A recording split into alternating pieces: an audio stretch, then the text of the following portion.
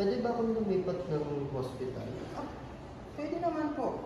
Naiintindihan ko naman po yung inyong karapatan po bilang pasyente. May karapatan po kayong lumipat at pumili ng ospital at doktor na inyong mga naisin. Pwede po ba ako lumipat ng ibang doktor? Pwede naman po.